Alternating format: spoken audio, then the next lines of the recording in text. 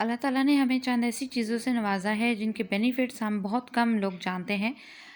इस चैनल को इसीलिए बनाया गया है ताकि उन चीज़ों से आप अपना जो राबता है वो मज़बूत कर सकें और अपने मसाइल को हल कर सकें। आज हम अलसी की ऐसी चीज़ें जानेंगे जो कि शायद ही आपको मालूम हुई हों, और इसको इंटरनली किस तरीके से बेनिफिट इससे लिया जा सकता है किन चीज़ों के लिए, और एक्सटर्नली किस तरीके से लिया जा सकता है। कोई पिनिया वगैरह बनाने की आपको ज़रूरत नहीं है, लंबे चौड़े गेम्स के अंदर जाने की ज़रूरत नहीं है। ऐसी तमाम ख़वातीन जो कि पानी की थैलियों का शिकार हैं, हार्मोनल इशू का शिकार हैं, या जनाब कैंसरिक पेशेंट हैं, या फिर आपका अगर हार्ट का कोई मसला आ गया है, बीपी का कोई प्रॉब्लम आ गया है, या फिर आप फर्टिलिटी के लिए परेशान हैं कि इनफर्टिलिटी आ चुकी है, चाहे वो मेल हों या फीमेल हों, दोनों सूरतों में आप इसको यूज़ कर सकती हैं।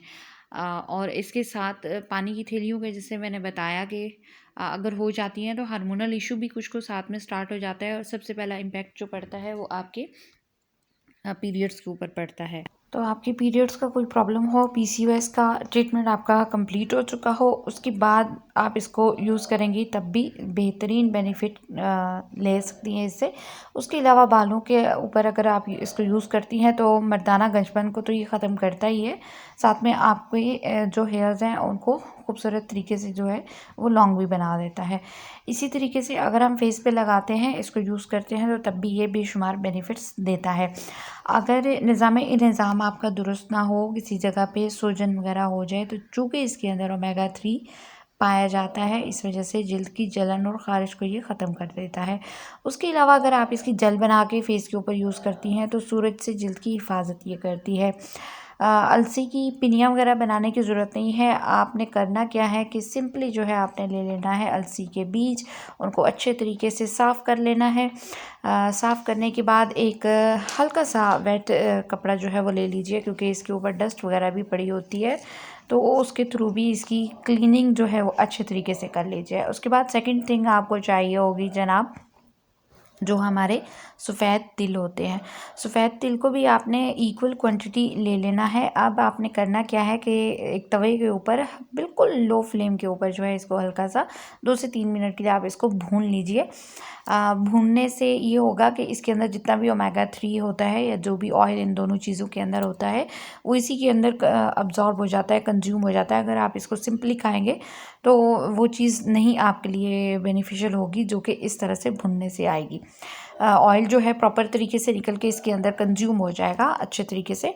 और इन दोनों को आपने दुरदुरा सा जो है वो कूट लेना है। कूटने के बाद आपने क्या करना है, इसके अंदर शहद मिला लीजिए, जो कि ओरिजिनल होना चाहिए। ऐसे नहीं कि शक्कर का बना हुआ है या चीनी का बना हुआ आप इसमें शामिल कर लें।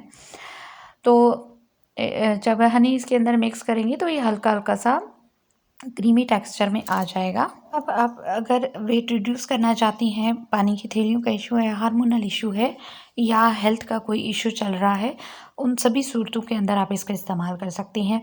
ये जो मिक्सर हमने बनाया है ये तकरीबन 1 से 2 टेबलस्पून आपने सुबह नहार मुँह जो है सिंपल वाटर के साथ ले लेना है। पानी ना ज़्यादा ठंडा हो ना गर्म हो, इस चीज़ का ध्यान रखिएगा। अच्छा, इसके ऑयल का इस्तेमाल हम मर्दाना गंजपन के लिए भी इस्तेमाल करते हैं, तो जिन ख़वातीन को हार्मोनल इशू हो जाता है वो भी इसको अपने सर में लगा सकती हैं। अलसी के तेल को बहुत अच्छे तरीके से बालों की ग्रोथ भी करता है, गंजपन को भी ख़त्म कर देता है। इसके साथ साथ इसका जो ऑयल है जोड़ों के दर्दों पे भी इस्तेमाल किया जाता है, हल्का सा नीम गर्म करके, तो स्वेलिंग और जो पेन है वो इससे ख़त्म हो जाता है। गुर्दे या मसाने में पथरी होगी हो तो 1 तोला अलसी के बीज लेकर पानी में इनको बॉयल कर लें और सारा दिन जो है इसका इस्तेमाल करते रहें, तो 1 हफ़्ते के अंदर इंशाल्लाह गुर्दे मसाने की जो पथरी होती है वो भी टूट कर निकल जाती है।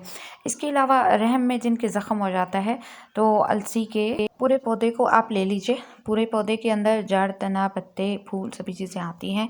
उसको जिस तरह से हम भाप लेते हैं, धुआं लेते हैं अजवाइन का, यानी आपने कोयले जला लिए, उसके ऊपर जो है थोड़ा थोड़ा करके आप डालते जाइए इसका अलसी का पौधा, और इसकी जो स्टीम है, इसका जो धुआं है वो आप लेते जाइए। तो जिन ख़वातीन के ज़ख़म मुंदमिल नहीं हो रहा होता रहम के अंदर का, ये बहुत बड़ा इशू है आजकल के दौर में, तो उनका जो ज़ख़म है वो भी भरना शुरू हो जाता है। बाकी जो प्रॉब्लम्स होते हैं इंटरनली वो भी सेट होना शुरू हो जाते हैं, क्योंकि कुछ ऐसी चीज़ें होती हैं जिसको हम एक्सटर्नली कुछ चीज़ें यूज़ करके हम जो है उसका हल निकाल सकते हैं। कुछ ऐसी चीज़ें होती हैं जो मेडिकेशन से सेट हो जाती हैं।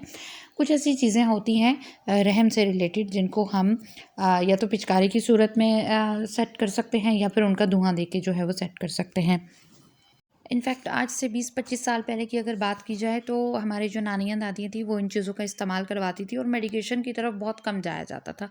लेकिन आजकल के दौर के अंदर मैंने देखा है कि बहुत कम माँओं को इन चीज़ों का पता होता है कि जनाब ये चीज़ें इस्तेमाल कर लें, तो इससे बजाय इसके कि आप वो 10 मेडिसिन उठा के लेके आएँ और सालों आपको इंतज़ार करना पड़े। तो ये चीज़ें पहले ज़माने में नहीं होती थी, क्योंकि बीमारियाँ यही थी पहले ज़माने में, लेकिन उनको ट्रीट जो है वो अपने हिसाब से किया जाता था। लेकिन आजकल हम थोड़े ब्रांडेड हो गए हैं। सो अगर डिलीवरी के बाद जो है स्ट्रेच मार्क्स आपके बन गए हैं, उस सूरत में भी अलसी का जेल आप इस्तेमाल करेंगी, अच्छे से मसाज करने से आपके जो स्ट्रेच मार्क्स हैं ये भी ख़त्म हो जाते हैं। ये था आज का वीडियो, होपफुली कि आपको पसंद आया होगा। और इसके अलावा भी काफ़ी सारे बेनिफिट्स हैं जिनको मैं ज़रूर इंशाल्लाह शेयर करूँगी वक्तन फ़वक्तन। लेकिन अलसी की पिनिया बनाने की बजाय जो चीज़ अभी मैंने आपसे शेयर की है, इसको अगर आप यूज़ कर लेती हैं तो न सिर्फ आपकी पूरी बॉडी का जो प्रॉब्लम है वो सॉर्ट आउट हो जाएगा, कॉन्स्टिपेशन ख़त्म हो जाएगी, स्टमक सेट हो जाएगा, बल्कि आपके इंटरनल इश्यूज़ भी सेट हो जाएंगे।